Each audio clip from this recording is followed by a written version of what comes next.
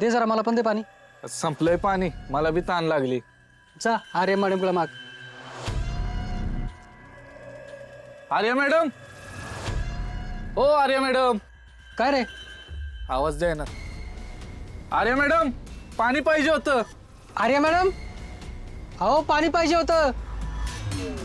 काय झालं असेल रे? दार का उघडत नाहीत?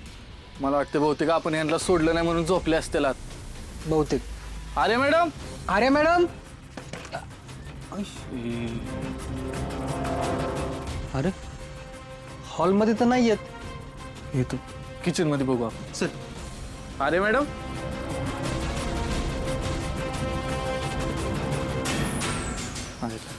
किचन मध्ये बी नाही तर बहुतेक खोलीत असते.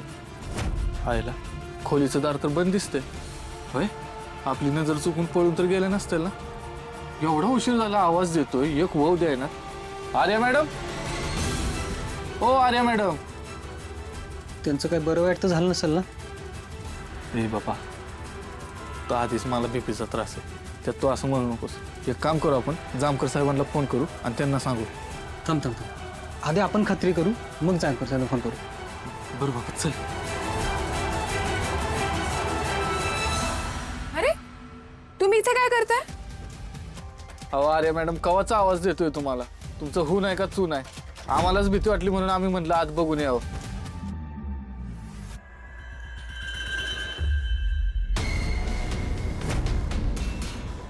आर्या मॅडम, आर्य मॅडम, हो आर्य मॅडम. ओ आर्या मॅडम.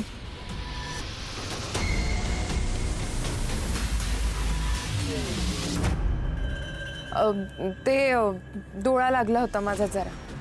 अहो पण इथं आमची वाट लागली ना. सॉरी हा दादा, तुमचं काय काम होतं? हो, पाणी पाहिजे होतं.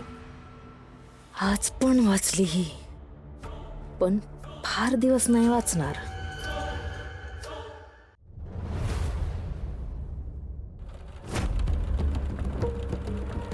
मी रस्त्यानं चाललो होतो.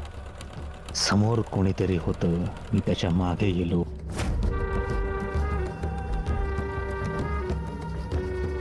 शाल ओढली.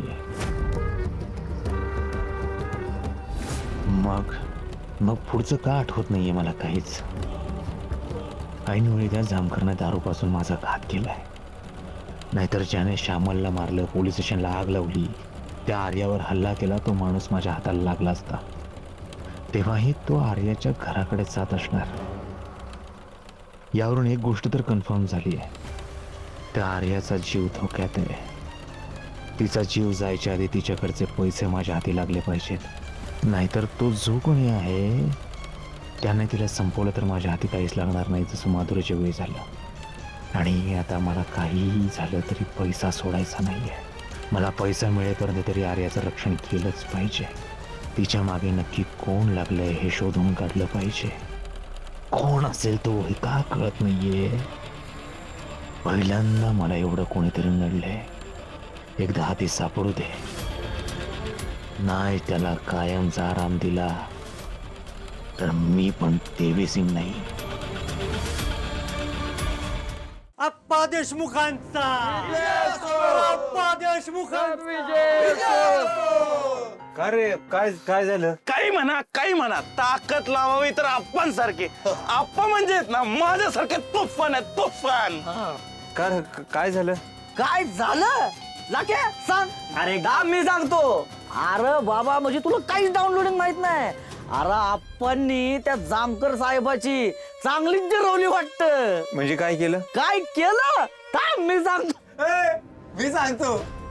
अरे गोपाळ, अरे आप्पा गेलो होतो म्हणा ना याला पोलीस स्टेशनला त्या जामकर साहेबांकडे. कशासाठी? तर आपल्या नरकी हाडळीच्या उत्सवाच्या परवानगीसाठी. आणि तेव्हा ती जामकर साहेब ऐकनातच.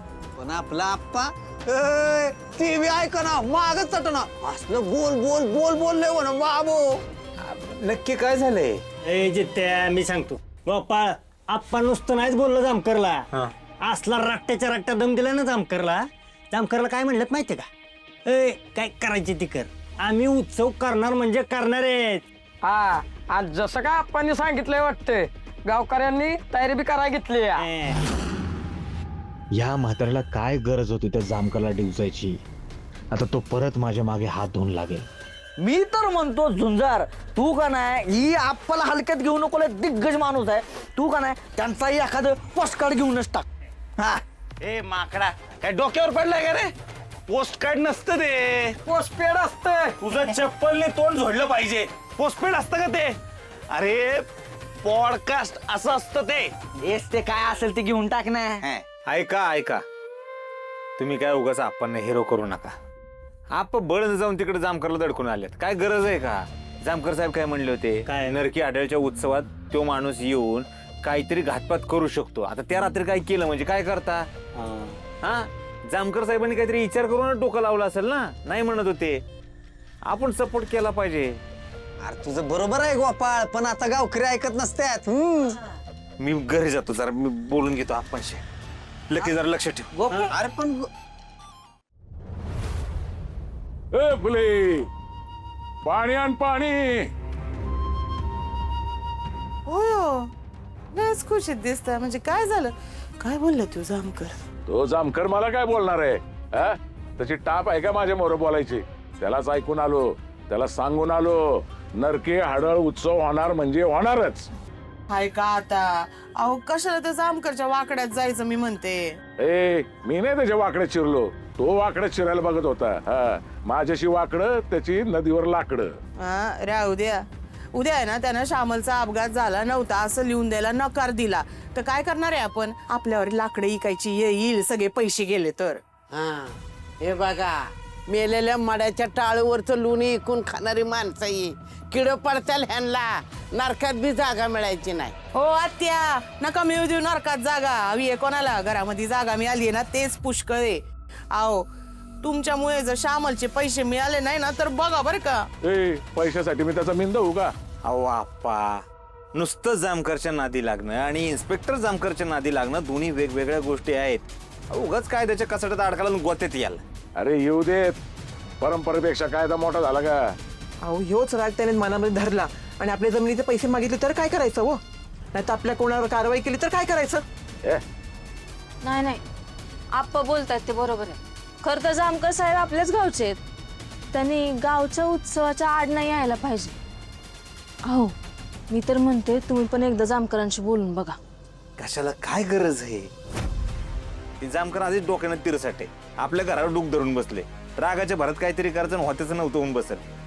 ऐका माझा आप्पा, शांत डोक्याने विचार करा बरं जरा. ए आपल्याला नाही जमत ते, तू बस घरात घाबरून. हा मी नाही घाबरत त्याला. उत्सव होणार म्हणजे होणारच.